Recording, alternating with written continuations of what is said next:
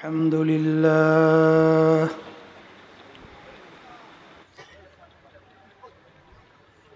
الحمد لله نحمده ونستعينه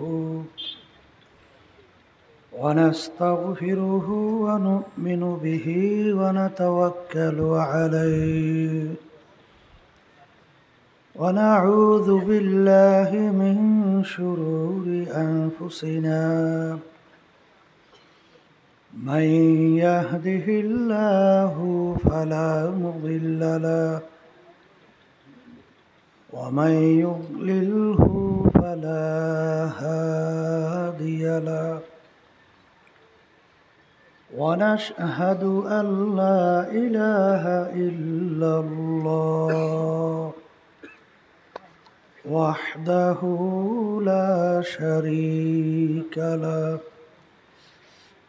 ونشهد أن محمدًا عبده ورسوله أما بعد فأعوذ بالله من الشيطان الرجيم بسم الله الرحمن الرحيم يا أيها الذين آمنوا صلوا عليه وسلموا تسليما اللهم صل على سيدنا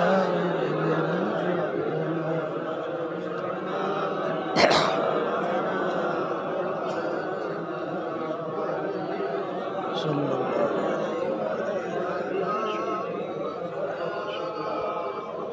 اللهم صل على سيدنا نبينا شفيعنا وحبيبنا ومولانا محمد صلى الله عليه وعلى آله وأصحابه وبارك وسلم اللهم صل على سيدنا ونبينا شفيعنا وحبيبنا ومولانا محمد صلى الله عليه وعلى آله وأصحابه وبارك وسلم أعوذ بالله من الشيطان الرجيم بسم الله الرحمن الرحيم ألف لام ميم ذلك الكتاب لا ريب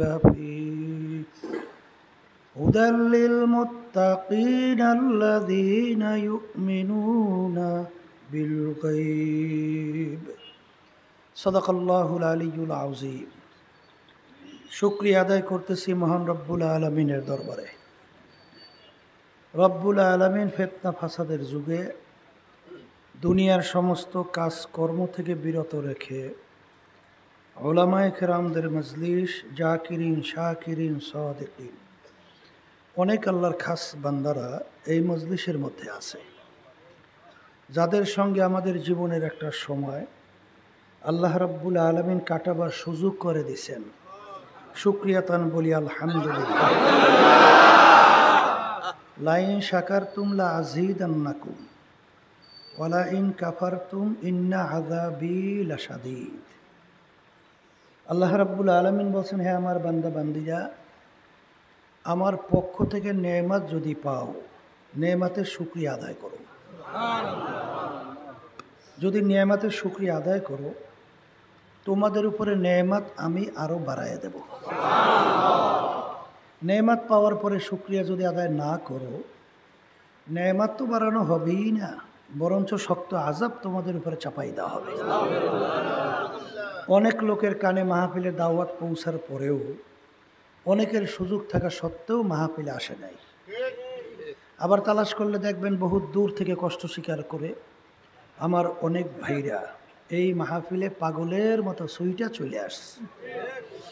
মান জাদ্দা ওয়াজাদা, যে যেই জিনিস পাওয়ার জন্য চেষ্টা করে ওই জিনিসে পাইয়াও যায়। দাদাজান আব্বাজান চরমনের জমিনে ঘুমায় আস। আমার আব্বাজান বলতেন, দিনী মাহফিলে প্রথম থেকে শেষ পর্যন্ত থাইকা বাড়ি বিদায় হয়ে চলে গেলে আমল নামার মধ্যে কমপক্ষে 50 লক্ষ নেকি এরকম জমা হতেই পারে না। নিয়াত যাদের সহি, আল্লাহকে রাজি খুশির উদ্দেশ্যে যারা আসছেন, আল্লাহ রাব্বুল আলামিন তাদের আমল নামার ভিতরে লক্ষ লক্ষ নেকিও দান করবে। এত নেকি পাওয়া যাবে জানার পরেও আশেপাশে রাস্তাঘাটে, দোকানে, বাজারে, ঘরে অনেক আমার ভাইরা দুনিয়ার বিভিন্ন গল্পের ভিতরে লিপ্ত, কেউ টেলিভিশন সাইরা ড্যান্স গানে লিপ্ত, কেউ বিভিন্ন হারাম কাজে, টাসের আড্ডায়, জুয়ার আড্ডায়, মদের আড্ডায়। সুযোগ থাকা সত্ত্বেও তারা মাহফিলে আসে নাই। না আসার কারণ হিসাবে আমার আব্বাজান রহমাতুল্লাহি আলাই বলতেন, বুঝের অভাব। আর এই বুঝের জন্যই মাহফিলের ব্যবস্থা। এখন কথা হলো, মাহফিল তো বুঝের জন্যে, কিন্তু বুঝবে কারা? বলেন যারা মানুষ। সূরাতে মানুষ, ভিতরটা আবু জাহাল, উতবা সাহেবা, আবু লাহাব মার্কা, এরা কিন্তু বুঝবে না। আবু জাহাল আল্লাহ হাবিব সাল্লাল্লাহু আলাইহি ওয়াসাল্লামের পবিত্র জবান থেকে দ্বীনের দাওয়াত পায় নাই? বুঝছিল? ঈমান আনছিল? আল্লাহ রাসূল সাল্লাল্লাহু আলাইহি ওয়াসাল্লামের কাছ থেকে আল্লাহ রাব্বুল আলামিন প্রায় 3200 মতো মুআজিজা প্রকাশ করাইছে। এই মুআজিজা আবু জাহাল দেখছে, শুনছে, কিন্তু ঈমান আনছে? তাহলে আল্লাহ রাসূল সাল্লাল্লাহু আলাইহি ওয়াসাল্লামের জামানায় আবু জাহাল মার্কা ছিল। এই মাঝখানে গেছে না? বর্তমানে ওই মার্কা আছে না? কিয়ামত পর্যন্ত থাকবে না? এরা বুঝবে না। কথা ঠিক না বেঠে? এখন বলতে পারেন, হুজুর আপনি বলছেন বুঝবে যারা মানুষ। তা হুজুর, আবু জাহাল এবং আল্লাহ রাসূল সাল্লাল্লাহু আলাইহি ওয়াসাল্লাম অঙ্গ প্রত্যঙ্গ, মানুষের আকৃতি, সুরাত, হাতের দিক থেকে, পায়ের দিক থেকে, চোখের দিক থেকে কোনো পার্থক্য ছিল? আল্লাহ রাসূল সাল্লাল্লাহু আলাইহি ওয়াসাল্লামের পা মুবারক কয়টা? আবু জাহিলের পা? আল্লাহ হাবিবের চক্ষু মুবারক? আবু জাহিলের চক্ষু? তাইলে হুজুর, হেও তো মানুষ, তা আপনি বললেন যে মানুষ বুঝবে, তা সে কি মানুষ না? এই কথার মাধ্যমে আমি মূলত বুঝাতে চাই, মানুষের সুরাত আকৃতি হইলেই মানুষ হওয়া যায় না।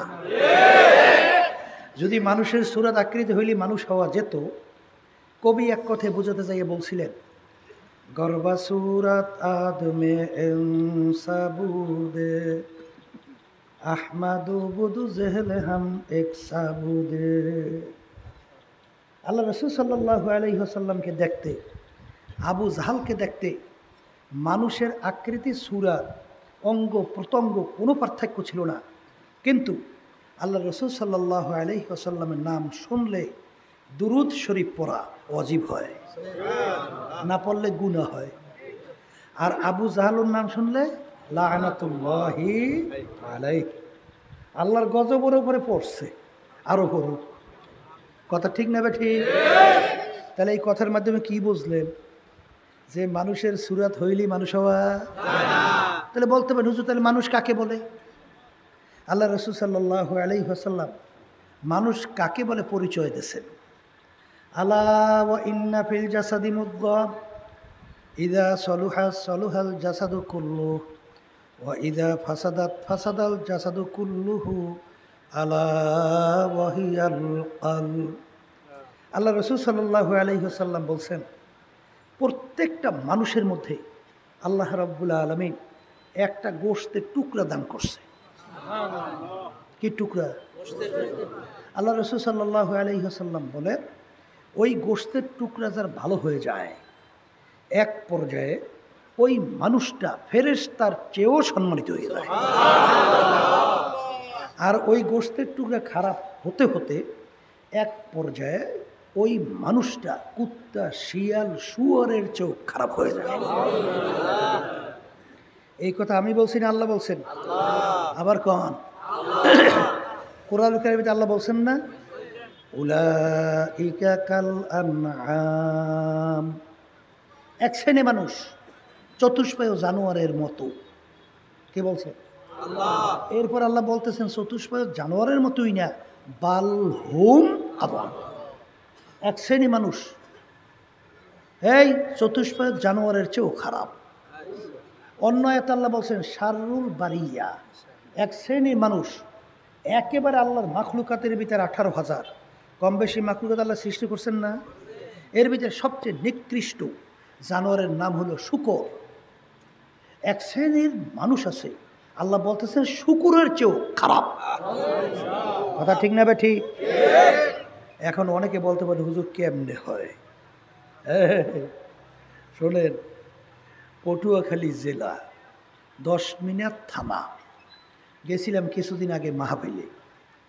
চরমনের একজন মুজাহিদ সে এসে আমাকে বলতেছে হুজুর আল্লাহ রাব্বুল আলামিন আমাকে মার্ডার কেস থেকে বাঁচাইছে। মার্ডার কেসে পড়ছিলাম, সেখান থেকে আল্লাহ বাঁচাইছে। কলে কি ঘটনা? কলে হুজুর একটা বাচ্চা মাইরে ফেলাইছে, এখন আমাকে আসামি করে কেস করছে। পরবর্তীতে তদন্ত করে প্রমাণিত হয়েছে যে ওই বাচ্চাকে তার নিজের মা এবং তার স্বামীর ভাইকে নিয়ে বাচ্চাটারে মারছে। নাউজুবিল্লাহ। আমি বাজানদেরকে বলি, আপনাদের এলাকায় কুত্তা আছে না? কুত্তা আছে? কুকুর আছে? কুকুরের 4-5টা বাচ্চাও তো হয়, হয় না? আচ্ছা বলেন তো, কুকুর বাচ্চাগুলো যতক্ষণ পর্যন্ত নিজেরা চইলা ফেইরা খাওয়ার মতো উপযুক্ত না হয় ততক্ষণ পর্যন্ত মা কুকুর বাচ্চাগুলোকে ফালাইয়া অন্যত্র কোথাও যায় না, বরঞ্চ বাচ্চার মায়ায় অনেক সময় বাঘের মুখে ঝাঁপ দিয়ে পড়ে। কার মায়ায়? বাচ্চার মায়ায়। দেখেন না মুরগি বাচ্চা নিয়ে নামে, এই অনেক সময় শত্রুদের মুখের উপরে ঝাঁপাই পড়ে, ওর জানের খেয়াল নাই, বাচ্চার মায়ায়। এই কথা ঠিক। কিন্তু ওই যে মানুষ নামে যে শুয়ারের চেয়েও খারাপ, ও নিজের বাচ্চা মারিয়ে ফেলাইছে, কুত্তায় পারে নাই, ও পারছে। তাহলে ও ভালো না কুত্তাটা ভালো? আর একটু আসতে কন, আবার কন, কি কথা মেলে না? মেলে না? শোনেন, আল্লাহ বলছেন শাররুল বারিয়া, এক শ্রেণীর শুয়ারের চেয়েও খারাপ। বাস্তবতা আছে না নাই? ঢাকা থেকে বরিশালগামী একটা বাস, বরিশাল যাইতে আছে, ঢাকা থেকে ছাড়ছে, মাদারীপুরের কাছাকাছি রাত্রে অ্যাক্সিডেন্ট কইরা বাসটা রাস্তার পাশে খাদ আছে না, খাদ, আপনারা কি করেন? খাদ বোঝেন তো? খাল করার যা কর, ওইটার মধ্যে পড়িয়ে গেছে পানি। কিছু লোক মারা গেছে, আবার কিছু লোক আহত অবস্থায় ওই গর্তের ভিতরে পড়ে রয়েছে রাত্রে অন্ধকারে। কিছু লোক আইসা উচিত ছিল কি ওদের, তাদেরকে তাড়াতাড়ি চিকিৎসা করানো, কথা হয় না, তাদের খেদমত করানো, কিন্তু এগুলা বাদ দিয়া ওরা তাদের পকেট হাতাইয়া মোবাইল টাকা নিয়ে যায়। তখন একজনে বলতেছে, ভাই আমাদের সাথে কত সাথীরা মারা গেল, আমরা আহত অবস্থায় পড়িয়ে আছি, তোমরা আমাদেরকে চিকিৎসা না করিয়া, খেদমত না করিয়া আমাদের পকেট থেকে টাকা নিয়ে যাও। এইটা ভালো না শুয়ারটা ভালো? আর একটু আসতে পায়, শুকুর ভালো না ও ভালো? আল্লাহ যে কইছে শুয়ারের সে খারাপ, কি বাস্তবতা আছে না নাই? আছে, আছে। এই জন্য আমার বাজানদেরকে বলবো, এই শুয়ার মার্কা মানুষ, কুত্তা মার্কা মানুষ, এ কিন্তু হক্কানি ওলামায়ে কেরামদের আলোচনা বুঝবে না, সেই অনুযায়ী চলবেও না। কি কথা ঠিক নেবে? তাহলে যেই কথা বলতে চাইছিলাম, প্রত্যেকটা মানুষের ভিতরে আল্লাহ রাব্বুল আলামিন একটা গোশতের টুকরা দান করছে। ওই গোশতের টুকরা যার ভালো হয় সেই মানুষটা ফেরেশতার চেয়েও সম্মানিত। আমি বলছি না, আল্লাহ বলছেন? হ্যাঁ, ওয়ালাকাদ কাররামনা। আচ্ছা, আর ওই গোশতের টুকরা খারাপ হইতে যে এক পর্যায়ে মানুষের শুয়ারের চেয়েও, আমি বলছি না, আল্লাহ বলছে?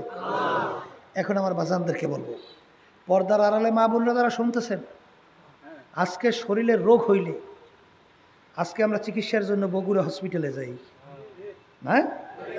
সেখানে বগুড়া হসপিটাল ডাক্তার বলতেছে, ভাই তোমার যে রোগ হয়েছে এই রোগের চিকিৎসা বগুড়া নাই, ঢাকা যাও। গেছে ঢাকা। এই ঢাকার ডাক্তার বলে এই চিকিৎসা বাংলাদেশে ভালো হইবে না, বিদেশে যাও। কি এরপরে টাকা পয়সা তেমন নাই, অনেক সময় জায়গা জমি বিক্রি করে না, আসতে কয়, এমনকি ঘর বাড়ি পর্যন্ত বিক্রি করে ফেলায় শরীরের চিকিৎসার জন্য। গেছে বিদেশে চিকিৎসার জন্য। আচ্ছা, এত টাকা খরচ কইরা ঘর বাড়ি বিক্রি কইরা চিকিৎসা করলো শরীরের, তারপরে কি একদিন মরণ লাগবে? ও কয় কি এত টাকা পয়সা সব জমি জমা বিক্রি করে শরীরে চিকিৎসা করলো, এরপরে মরণ লাগবে? আর শোনেন, আল্লাহ রাব্বুল আলামিন কোরআনুল কারীমের ভিতরে বলেন, ইল্লা মান আতাল্লাহা বিকলবিন সালিম। ওই যে গোশতের টুকরা কলব, ওইটা যদি ভালো না কইরে আমার কাছে আসুক, অপবিত্র অস্বচ্ছ রোগাগ্রস্ত কলব আমার পবিত্র জায়গা বেহেশতের মধ্যে হবে না। কে বলছেন? আবার জোরে কর। আচ্ছা, এই কলবের রোগ এই চিকিৎসার জন্যে কে কয়দিন কি চেষ্টা করছেন? করছেন করছেন করছেন হ্যাঁ? এই কলবের রোগের চিকিৎসক কারা? MBBS doctor, FRCS doctor. এই কলবের রোগের চিকিৎসক হলো হক্কানি উলামায়ে কেরাম, হক্কানি পীর বুজুর্গেরা। কথা ঠিক না ঠিক? শোনেন, আল্লাহ রাসূল সাল্লাল্লাহু আলাইহি ওয়াসাল্লাম আমাদের মাঝে আছে, আছে? আর নবী আসবে? আচ্ছা, তাহলে এখন নবী দায়িত্বটা পালন করবে কারা? আল্লাহ রাসূল বলে গেছেন, আল উলামাউ ওয়ারাসাতুল আম্বিয়া। হক্কানি উলামায়ে কেরামই হলো আমার প্রতিনিধি। কথা ঠিক না ঠিক? তো হক্কানি উলামায়ে কেরাম, হক্কানি পীর বুজুর্গের কাছে কতদিন গেছেন যে হুজুর আমার তো নামাজ পড়তে ভালো লাগে না, হুজুর আল্লাহর হুকুম নবীর তরিকা অনুযায়ী চলতে তো আমার ভালো লাগে না, হুজুর গুনাহ করতেই খালি ভালো লাগে, আর চোখে তো পানি নাই। আসতে কয়, চোখে তো পানি নাই। আচ্ছা বলেন তো, চোখের পানি ছাড়া জাহান্নামের আগুন ঠান্ডা হবে? আর একটু আসতে কর, হবে? হবে? অনেকে কিন্তু ভুলের মধ্যে আছে, চোখের পানি ছাড়া কিন্তু জাহান্নামের আগুন ঠান্ডা হবে না। কারণ আল্লাহ রাসূল সাল্লাল্লাহু আলাইহি ওয়াসাল্লাম বলছেন, মান বাকা মিন খাশিয়াতিল্লাহ হারামাল্লাহু তিলকাল আইনা আলান নার। আল্লাহ রাসূল বলেন, যেই চক্ষু আমার মাওলার ভয়, মাওলার জাহান্নামের ভয়, মাওলার আযাব ও গজবের ভয়, নিজের গুনার কথা মনে কইরা দুই চোখের পানি ছাইরা দিয়া কাঁদবে। আল্লাহ রাসূল সাল্লাল্লাহু আলাইহি ওয়াসাল্লাম বলেন, ওই চক্ষু জাহান্নামের আগুনে জ্বলবে না। ওই চক্ষু জাহান্নামের আগুনে জ্বলবে না। লা ইয়ালিজুন নার মান বাকা মিন খাশিয়াতিল্লাহ হাত্তা ইয়াউদাল লাবানু ফিদ দর'i।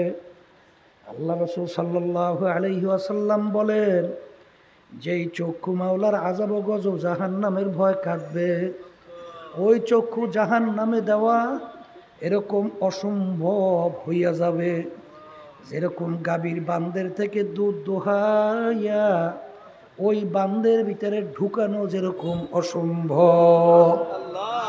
গাভীর বান্দের থেকে দুধ দোহাইয়া বান্দে আর ঢুকানো যায়? এটা একটা অসম্ভব না? এইরকম ভাবে যে আল্লাহর বান্দাবান্দি আল্লাহর ভয়, নিজের গুনার কথা মনে কইরা জাহান্নাম ও আযাব ও গজবের ভয় কাঁদবে, ওই ব্যক্তিকেও জাহান্নামে দেওয়া এরকম অসম্ভব। কি তাহলে চোখের পানি কান্না দরকার আছে? আল্লাহ রাসূল সাল্লাল্লাহু আলাইহি ওয়াসাল্লাম বলছেন, ইবকু ইবকু ফা ইল্লাম তাবকু ফাতাবাকু। আল্লাহ রাসূল সাল্লাল্লাহু আলাইহি ওয়াসাল্লাম বলেন, হে আমার উম্মতেরা, কান্দো কান্দো, কান্না না আসলে কান্নার ভান ধরো। কোনো ইবাদতের মধ্যে ভান ধরা জায়েজ আছে? ভান মানে কি? লৌকিকতা, ভিতরে একটা বাহিরে আর একটা। এই লা সলাতা ইল্লা বিহুজুরিল কলব, যেই নামাজের ভিতরে খুশু খুশু থাকবে না, হুজুরি কলব থাকবে না, আল্লাহ রাসূল সাল্লাল্লাহু আলাইহি ওয়াসাল্লাম বলে সেই নামাজ হবে না। তাহলে কি হইল? নামাজ তো পড়তে আছেন, নামাজ তো হইবে না। কারণ কি? ভিতরে অবস্থানটা খুশু খুশু, একাগ্রতা তৈরি নাই, এই জন্য নামাজ হয় নাই। আর কান্নার ব্যাপারে আল্লাহ রাসূল সাল্লাল্লাহু আলাইহি ওয়াসাল্লাম বলে, তোমার যদি কান্না না আসে, কান্নার ভান ধরো, একটু চেষ্টা করো যে বন্দাবাদী গুনার কথা মনে করে জাহান্নামে আযাব গজব ভয় কান্নার জন্য চেষ্টা করতেছে। কথা ঠিক না? ঠিক। আল্লাহ রাব্বুল আলামিন কি বলছেন? ফালিয়াদহাকু কালিলাও ওয়ালিয়াবকু কাসীরা। হে আমার বান্দাবান্দিরা, বেশি বেশি পরিমাণে কাঁদো, বেশি বেশি কান্দো, কম কম হাসো। কে বলছে? আল্লাহ। আবার কোন এক শ্রেণী বর্তমানে কিন্তু বাইরে হইছে বক্তা, ওয়াইজিন, এই ওয়াজ করে লোকদেরকে হাসাবার উদ্দেশ্যে, নিজেও হাসে, লোকদেরকেও হাসায়। এরকম নিয়তে যদি কেউ ওয়াজ করে আর কেউ ওয়াজ শোনে, শরীয়তের দৃষ্টিতে সম্পূর্ণ হারাম। কথা ঠিক? হাসতে হাসতে মনে হয় যে মারাই যাইবে, আর মজলিসের মধ্যে মনে হয় হাসার একটা বানাইছে। আল্লাহ রাসূল সাল্লাল্লাহু আলাইহি ওয়াসাল্লাম তার ইতিহাস পড়ে দেখেন, তার জীবনে একবারও জোরে শব্দ করে হাসেন নাই, একবারও না। আল্লাহ রাসূল সাল্লাল্লাহু আলাইহি ওয়াসাল্লাম যত হাসতেন বেশি মিসকি, আর তার চেয়ে একটু বেশি হাসলে এই দহেক, সামনের দুই একটা দাঁতের মাথা দেখা যাইত। আর বর্তমানে বেরিয়েছে হাসো আর হাসে, কহাকার শব্দ করে জোরে হাসা, এরা শরীয়তের দৃষ্টিতে সম্পূর্ণ হারাম। আল্লাহ রাসূল সাল্লাল্লাহু আলাইহি ওয়াসাল্লাম ইতিহাস পড়ে দেখেন, আল্লাহ রাসূল সাল্লাল্লাহু আলাইহি ওয়াসাল্লাম অনেক সময় এমনভাবে কাঁদতেন, হাদিসের ভিতরে আসছে কান্নাহু তল্লুন, মনে হয় হালকা বৃষ্টি পড়তে আসছে। ঠিক যেই মামলার তদবির নাই, ওই মামলারও কিন্তু খালাস নাই। আছে আছে দুনিয়ার কেসে পড়ছেন, ম্যাজিস্ট্রেট কোর্ট, জজ কোর্ট, হাইকোর্ট, সেখানে যদি কোনো তদবির না থাকে, ওই মামলা খালাসের আছে আছে আছে আছে আছে। ছাত্র পড়াশোনা করবে না, পাশ করবে হুদা না, চেষ্টা করা লাগবে। হ্যাঁ, এই জন্য আমার বাজানদেরকে, পর্দা আলে মা বোনদেরকে বলবো, এই কলবের রোগ দূর করা লাগবে। আল্লাহ রাব্বুল আলামিন তার রাসূলকে দুনিয়াতে পাঠাইছেন, পাঠানোর কতগুলো কারণ আছে না? আসতে কয় আছে আছে। কি কারণ জানাও তো লাগবে। আল্লাহ রাব্বুল আলামিন কোরআনুল কারীমের ভিতরে বলেন, ইয়াতলু আলাইহিম আয়াতিহি ওয়া ইউযাক্কিহিম ওয়া ইউআল্লিমুহুমুল কিতাবা ওয়াল হিকমাহ। আল্লাহ রাব্বুল আলামিন তার রাসূলকে দুনিয়াতে পাঠাইছেন তার কয়েকটা কাজ নিয়ে। তার ভিতরে একটা কাজ হলো আল্লাহ রাসূল সাল্লাল্লাহু আলাইহি ওয়াসাল্লাম তার উম্মতদের আত্মশুদ্ধি করাইবেন। কোন কোন কি করাইবেন? শোনেন, অনেকে আত্মশুদ্ধির ব্যাপারে গুরুত্বই দেয় না। আল্লাহ রাসূল সাল্লাল্লাহু আলাইহি ওয়াসাল্লাম একদিন সাহাবায়ে কেরামদেরকে নিয়ে বসা, সাহাবায়ে কেরামদেরকে নিয়ে এক ব্যক্তি আসছে। সাহাবায়ে কেরাম বলতেছেন, ব্যক্তিকে আমরা কেউ চিনি না, ব্যক্তিকে আমরা কেউ চিনি না। ব্যক্তি মদিনা শরীফের লোক না। যদি মদিনা শরীফের হইতো তাহলে আমরা চিনতাম, তাহলে মদিনা শরীফের লোক না। ব্যক্তি মুসাফিরও না।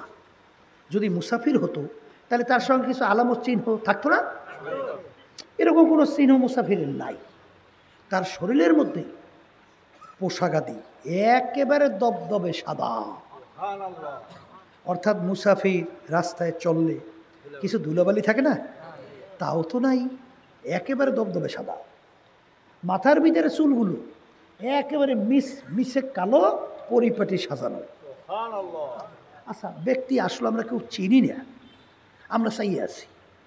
ব্যক্তি সরাসরি যাইয়া আল্লাহ রসুল সাল্লাল্লাহু আলাইহি ওয়াসাল্লাম তার দুই হাঁটুর সঙ্গে হাঁটু মিশাইয়ে বসছে। কি বলছে? অন্য রয়াতের ভিতরে আসছে আল্লাহ রসুল সাল্লাল্লাহু আলাইহি ওয়াসাল্লাম দুই হাঁটুর উপরে হাত রাখছে।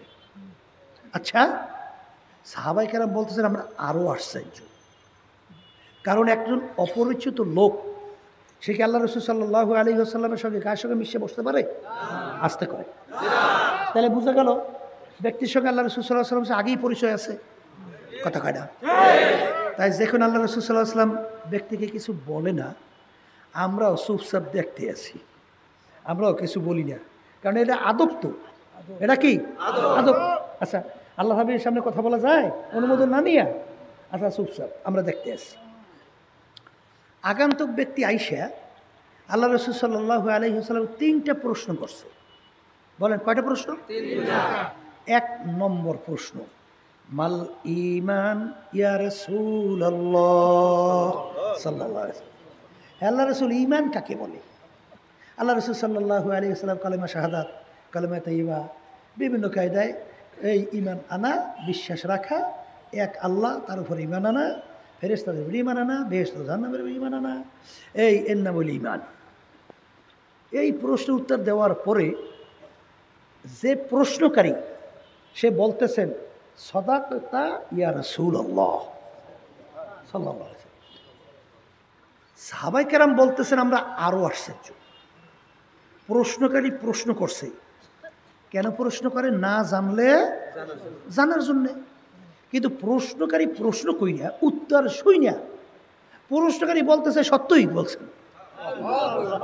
এটা একটা আশ্চর্য কথা না? আমরা চুপচাপ শুনতে আছি, দেখতে আছি।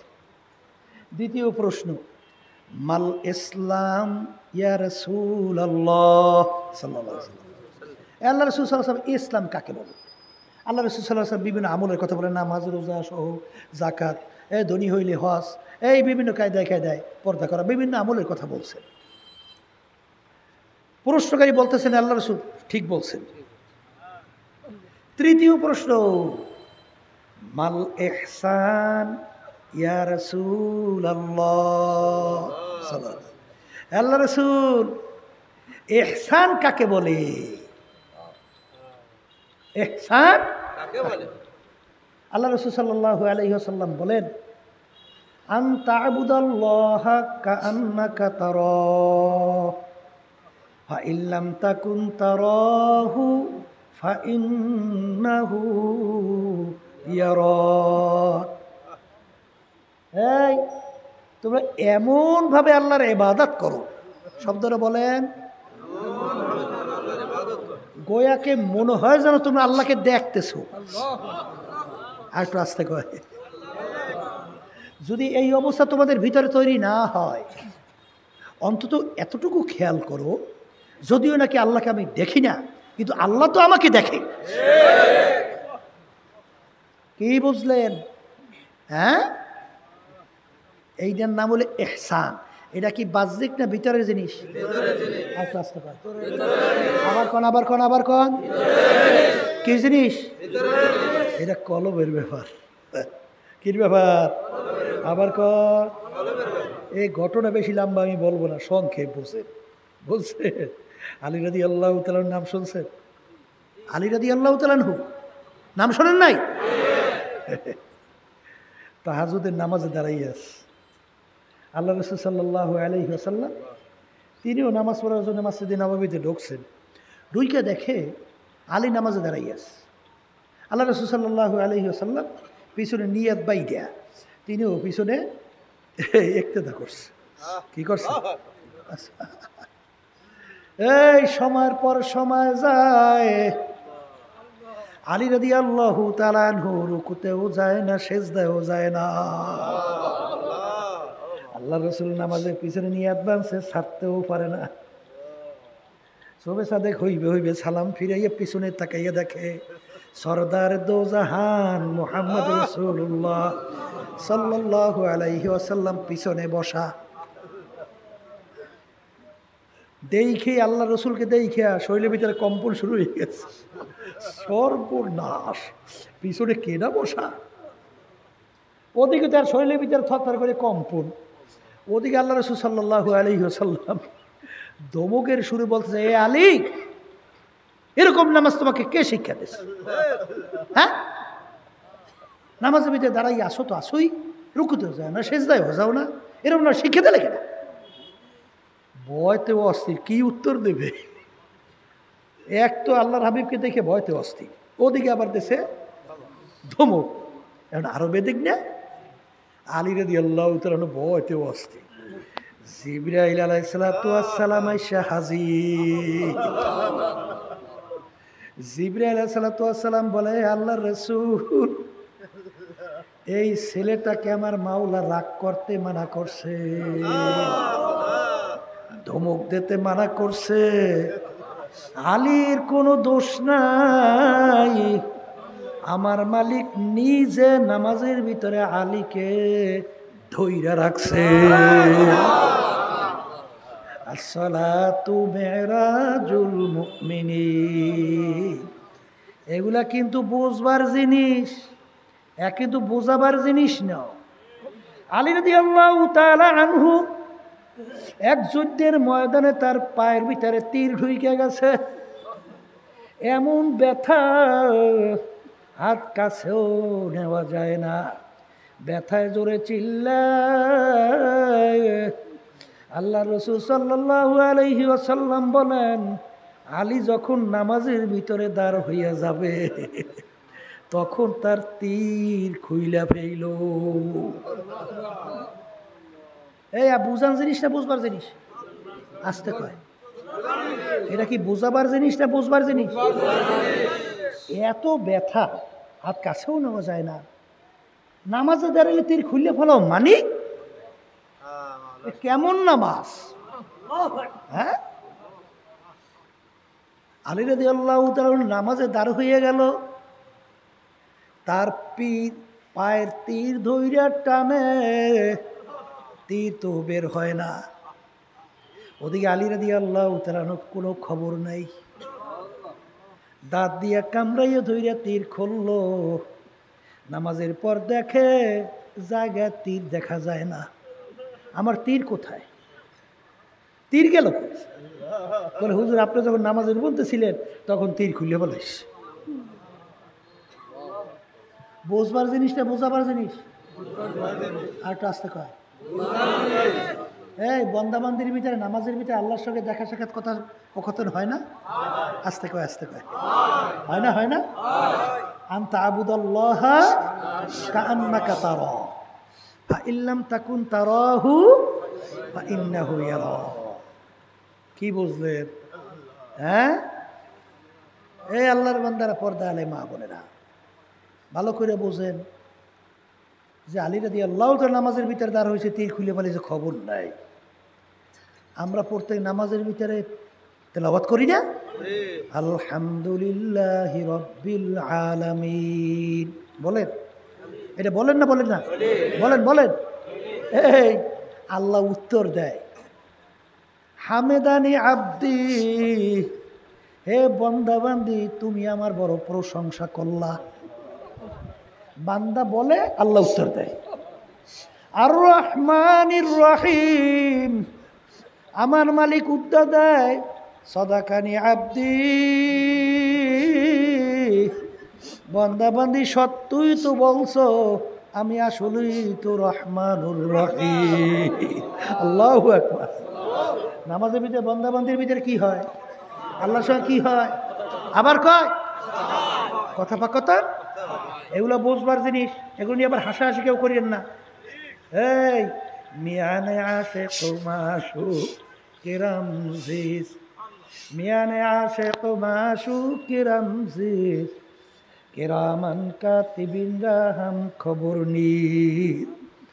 আল্লাহর সঙ্গে বান্দা বান্দির গোপনে যখন সম্পর্ক হয়, এই দুই কাদের ফেরেশতা বন্ধু খবর রাখতে পারে না। এগুলা কি জিনিস? আবার কন না বুঝাবার। এই ওমর ফারুক রাদিয়াল্লাহু তাআলা নাম শুনছেন? ওমর ফারুক রাদিয়াল্লাহু তাআলা অর্ধেক দুনিয়ার রাজা তো করছে না? বাংলাদেশের মধ্যে প্রায় 200 দেশের রাজা। খুতবা দিতেছেন, খুতবা মসজিদের মধ্যে। হঠাৎ খুতবার মধ্যে বলতেছেন, এ সারিয়া পাহাড়ের দিকে তাকাও। সারিয়া রাদিয়াল্লাহু তাআলা আনহু প্রায় 200-250 কিলোমিটার দূরে বাজার যুদ্ধের ময়দানে নেতৃত্ব দিয়ে যুদ্ধ করাইতেছে। কত দূর? প্রায় 200-250 কিলোমিটার দূর। এই নামাজের পর সাহাবায়ে এই সাথীরা বলেন, আমির আপনি খুতবা পড়ার মধ্যে কি বললেন?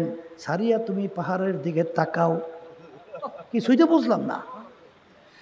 আমিরুল মুমিনিন বলেন, আমি দেখতেছি সারিয়া তার লোকজনকে নিয়ে যুদ্ধ করে, পিছনে পাহাড়, সারিয়া এবং তার দলবলের পিছনে কোনো খবর নাই, খেয়ালও নাই। ওদিকে পাহাড়ের পিছ থেকে আল্লাহু আকবার শত্রু একত্রিত হয়েছে তাদের উপরে আক্রমণ করার জন্যে, খবর নাই। আমি তখন সারিয়াকে বললাম, সারিয়া পাহাড়ের দিকে তাকা। সারিয়া রাদিয়াল্লাহু তাআলা দলবল সহ বিজয় লাভ করছে। এই কথা শোনার পরে কিছু আগ্রহী আছে না আল্লাহর বান্দারা? সারিয়া রাদিয়াল্লাহু তাআলা বিজয় বেশি আসতে আছে। কিছু লোক আগাম রাস্তায় সামনে যাইয়া অপেক্ষা করতে আছে। সারিয়া রাদিয়াল্লাহু তাআলা আসার পর জিজ্ঞেস করে, ভাই সারিয়া, অমুক জুমার দিন তোমরা আমিরুল মুমিনের কোনো নির্দেশ শুনছো? বলে, হ্যাঁ শুনছি তো। বলে, কি শুনছো? বলে, আমরা লোকজন যুদ্ধের মাঝে যুদ্ধ করতে আছি, পিছনে পাহাড়, শত্রুরা একত্রিত হয়েছে আমাদের হামলা করবে, আমাদের খবর নাই। তখন আমির আমাকে বলছেন পাহাড়ের দিকে তাকাও। যদি না তাকাইতাম হয়তো আমাদেরকে নিঃশেষ করে ফেলতো। বুঝবার জিনিসটা বুঝাবার জিনিস। আবার তো আসতে কর, হ্যাঁ আল্লাহর বান্দারা, এক সব কিন্তু কলবের ব্যাপার। আসতে কয় কির ব্যাপার? কলবের ব্যাপার। কথা ঠিক না? ঠিক। কলব ভালো করা লাগবে না? চিন্তা আছে? কই চিন্তা নাই? এই খারাপ কলব লিয়ে যদি মাওলার দরবার হাজিরা দেন, বেহেশতে যাওয়ার আশা করা, এই আশা না, যাওয়া যাবে না।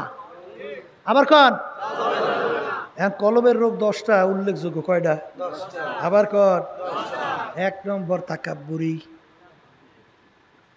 অর্থ কি? আমি নিজে বড়, আমি ভালো, আমি পীরের দিক থেকে বড়, আমি মুফতির দিক থেকে বড়, আমি টাকা পয়সার দিক থেকে বড়, আমি বংশের দিক থেকে বড়, আমি শিক্ষার দিক থেকে বড়, আমি জ্ঞানের দিক থেকে বড়, আমি মাতুব্বারের দিক থেকে বড়। হাদিসের ভিতরে আছে, যার মধ্যে যাররা পরিমাণ তাকাব্বুরি থাকবে, আল্লাহ রসুল বলেন সে বেহেশতের ঘেরানো পাবে না। কির ঘেরান পাইবে না? এই আমি বড়, আমি ভালো, এইটা বলার শক্তি দুনিয়ার কোনো মানুষের আছে? এই গুনাহগার ছাড়া কোনো মানুষ আছে? অন্ত কেউ আছেন নাই দুনিয়ার আছে? যদি কেউ বলে আমি গুনাহ করি নাই, ওটা মিথ্যুক। কারণ আল্লাহ রাসূল সাল্লাল্লাহু আলাইহি ওয়াসাল্লাম কি বলছেন? কুল্লুকুম খাত্তাউন, তোমরা সবাই গুনাহগার, গুনাহগার ছাড়া কেউ নাই। নবীরা নিষ্পাপ, মাসুম, এছাড়া সব কি? আবার একটু কন, কি সব গুনাহগার? গুনাহগার না? আচ্ছা, গুনাহ যে আপনার আমার মাফ হয়ে গেছে এরকম সার্টিফিকেট কে কে পাইছেন? আর একটু আস্তে কর। তাহলে একটা গুনার বিনিময়ে জাহান্নামের শিকল হাতে পায়ে লাগতে পারে? আসতে কয় দেখি, পারে। তাহলে গুনাহ মাফ হয়েছে, সার্টিফিকেট নাই। একটা গুনার বিনিময়ে জাহান্নামের শিকল লাগতে পারে। আমি ভালো এই যে বলার শক্তি আছে কার? আছে? বড় পীর আব্দুল কাদের জিলানী রহমাতুল্লাহি আলাইহি রাস্তা দিয়া যাইতে আছে, পথের মধ্যে একটা কুকুরের জবান খুইলে গেছে। কুকুর ডাক দিয়ে বলে, বড় পীর সাহেব হুজুর বলেন আপনি ভালো না আমি কুকুর ভালো? কি প্রশ্ন করছে? হুজুর আপনি ভালো না আমি ভালো? এখন বড় পীর সাহেব হুজুর চিন্তা করে, যদি বলে কুকুর আমি ভালো তুই খারাপ, তাহলে তো আমার ভিতরে আনানিয়া চলে আসবে। কি আসবে? আবার কন এই ইবলিস শয়তানের নাম শুনছেন না? হাজার হাজার বছর লক্ষ লক্ষ বছর ইবাদত করছে না, কিন্তু একটা রোগ ছিল, আনা খয়রুম মিনহু খলাকতানি মিন নার ওয়া খলাকতাহু মিন তিন। আমি আদমের চেয়ে ভালো, আনানিয়াত। কথা ঠিক না বা ঠিক? এখন এইটা বলা যায় না। যদি বলে কুকুর আমি খারাপ তুই ভালো, তাহলে তো আল্লাহর কালামের উল্টা হয়। আল্লাহ বলছেন ওয়ালাকাদ কাররামনা বনি আদম। এখন কি উত্তর দেবে? কি কর্তব্য বিমূঢ় চিন্তা করতে আছে, কি উত্তর দেব, কোন উত্তর লইয়ে কোন বিপদে পড়ি। আল্লাহ রাব্বুল আলামিন প্রশ্নের উত্তর তার কলমের ভিতরে আল্লাহ তৈরি করে দিচ্ছে। সুবহানাল্লাহ। বড় বিশ্বাস বুঝো ডাক দে বলে কুকুর শোন, কিয়ামতের ময়দানে আমার মালিক আমার আল্লাহ যদি আমাকে মাফ কইরা দেয়, ও কুকুর তোর চেয়ে আমি অনেক ভালো, তোর বেহেশত নাই, তোর জাহান্নামও নাই। আর কিয়ামতের ময়দানে আমার মালিক যদি আমাকে মাফ না করে, ও কুকুর তোর জন্য কোনো জাহান্নামের কোনো হুকুম নাই, কিন্তু আমি মানুষ, ওই জাহান্নামের আযাব আমি সহ্য করতে পারবো না। ও কুকুর তুই আমার চেয়ে অনেক ভালো। কি তাহলে কবর যাইয়ে মাপ পাওয়ার আগ পর্যন্ত নিজেকে নিজে একটা শুয়ার এসে ভালো মনে করা যায়? তাহলে আমি বর্মীয়, আমি ফি, আমি মুফতি, আমি মুহাদ্দিস, আমি মেম্বার, আমি চেয়ারম্যান, আমি এমপি, আমি মিনিস্টার, আমি সভাপতি, আমি সেক্রেটারি, আমি জমিদার, বড় বংশের, সুন্দর, এ কোনো কাজে লাগে না? ধরে কর, এইটা ভিতর থেকে দূর করা লাগবে। এইটা একটা কলবের রোগ। কি রোগ? আর একটা রোগের নাম হলো হিংসা। হিংসা কাকে বলে? পর উন্নতি দেখা সহ্য করতে না পারা। পর উন্নতি দেখা সহ্য করতে না পারা। এই বর্তমানে এক শ্রেণী আমার বাবারা কিন্তু আছে, সর্বনাই মোটে দেখতেই পারে না। আমি মনে হয় ভুল বলছি মনে হয় নাকি, তো অনেকে দেখি কিছু কষ্ট না। সর্বনাই মোটে দেখতেই পারে না। আল্লাহর বান্দারা সর্বনাই দেখতে পারেন না, সর্বনাই কি করছে? হ্যাঁ, এই যে লোকগুলো নামাজি আছিল, সর্বনাই যাওয়ার পরে সব বেনামাজি হয়ে গেছে। আর একটু কম জোরে কম। এই যে লোকগুলো আলো ভালো চরিত্র ছিল, সর্বনাই যাওয়ার পরে সব খারাপ হয়ে গেছে। হ্যাঁ হ্যাঁ, সর্বনাই গেলে কি হয়? এই বেনামাজি নামাজি হয়,